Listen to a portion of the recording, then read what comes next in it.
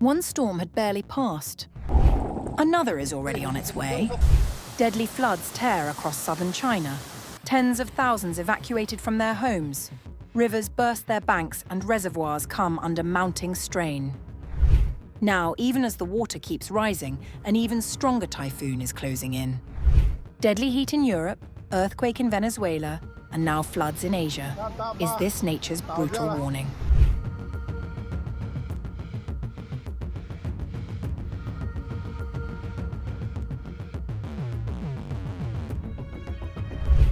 The death toll from devastating storms in parts of China have risen to at least 17, with hundreds more injured and tens of thousands evacuated across the country. In southern China, Typhoon Maysak has left a trail of destruction across, killing at least 6 people in Nanning and pushing tens of thousands from their homes as floodwaters breach dam defences. The storm struck Hainan on July 3rd, marking the first tropical cyclone to reach the Chinese mainland this year, before making a second landfall in Vietnam on July 5th. It then pushed inland, dumping the moisture it had gathered over the South China Sea into Guangxi province. In Nanning, the regional capital, floods affected roughly 55,000 people, with reservoirs overflowing or breaking through their barriers. Authorities evacuated close to 48,000 residents and raised the flood control emergency response to its highest level. Light rain and heavy fog on site, combined with the aircraft's low flying altitude, have limited our operational radius to about 5 kilometers. Next, we will conduct distributed patrols at several severely affected points and map out the entire area to provide an accurate reflection of the disaster situation, which will help the fire and rescue efforts. About 170 miles away in Guigang, floodwaters transformed a main road into a churning lake, submerging cars and pouring down a hillside into a construction site.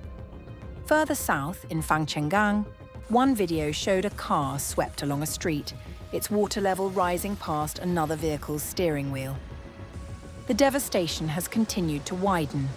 By July 7th, water resources officials warned that flood peaks at the Guigang hydrological station were expected to exceed the warning level by more than 6 meters. Due to the impact of persistent heavy rainfall and the prolonged passage of floodwaters at high levels, the safety of reservoirs and embankments in the affected areas faces a severe test.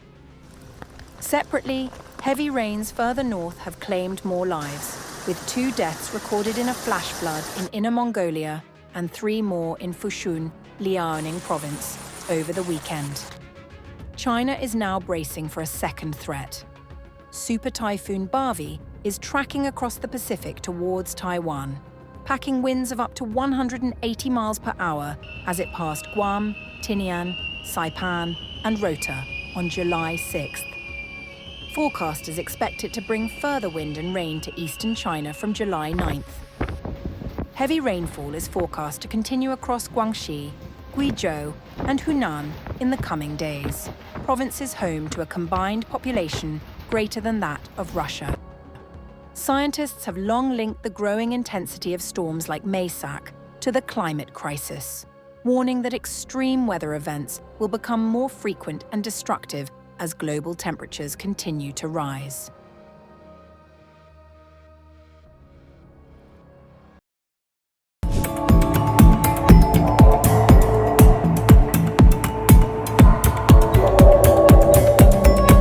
Europe is overheating, and as record-breaking temperatures push millions to the limit, one unexpected winner has emerged. From Paris to Brussels, shoppers are scrambling for cooling appliances, supermarket shelves are emptying, and Chinese air conditioner manufacturers are struggling to keep up with soaring demand. As temperatures climbed well beyond 40 degrees Celsius, cooling appliances transformed from household luxuries into daily necessities. Across Belgium, Chinese-made fans and portable air conditioners quickly sold out in many physical stores, while major online retailers listed numerous products as unavailable. Similar shortages have been reported across several other European countries. The surge in demand has largely benefited Chinese appliance giants, including Midea, Haier, and Gree.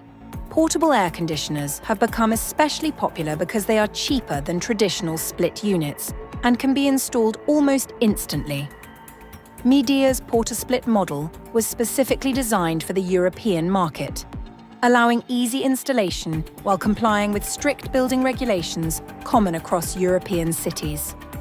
According to Citigroup, Media's consumer air conditioner sales in Europe could grow by more than 20% during the second quarter after the company stocked 2 to 3 times last year's inventory ahead of the summer season. Haier is also expected to record double-digit growth in its European air conditioning business this year. Europe's insufficient supply of cooling equipment has helped China profit from this crisis.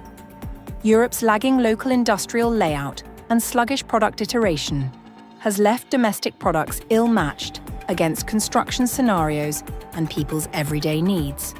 Meanwhile, the affordable Chinese products have been designed around real consumer needs. Chinese customs data show exports of air conditioning machines from China to France jumped 57% in May from a year earlier to about $26 million, while exports to Spain surged 41% to about $71 million, and that was before the historic days in June when the mercury regularly topped 100 degrees Fahrenheit. By June, China's total air conditioner exports had jumped 72.8% year-on-year. Only around 1 in 5 European households currently has air conditioning, leaving millions unprepared for increasingly frequent heat waves. As demand surged, extraordinary scenes unfolded in France, where shoppers crowded little supermarkets around Paris, with reports of scuffles breaking out as residents rushed to buy affordable cooling units. Meanwhile, Chinese factories have ramped up production. At Jiangmen Posai Refrigeration Appliance in Guangdong Province, workers have extended shifts to meet overseas orders, with around 60% of production now destined for Europe. Our European market accounts for 70% of our total overseas sales. Our products are sold mainly to countries such as France, Germany and Spain.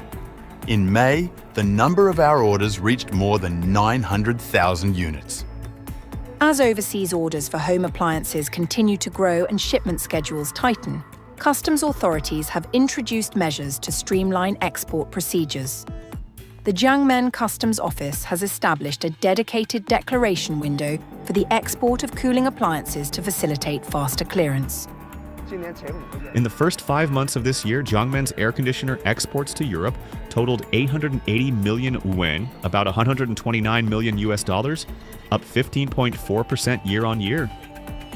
Even as Europe continues trade negotiations with Beijing over concerns about Chinese exports, this summer's heatwave has revealed an uncomfortable reality. As temperatures continue to rise, millions of Europeans are relying on Chinese-made cooling technology to escape one of the continent's hottest summers ever recorded.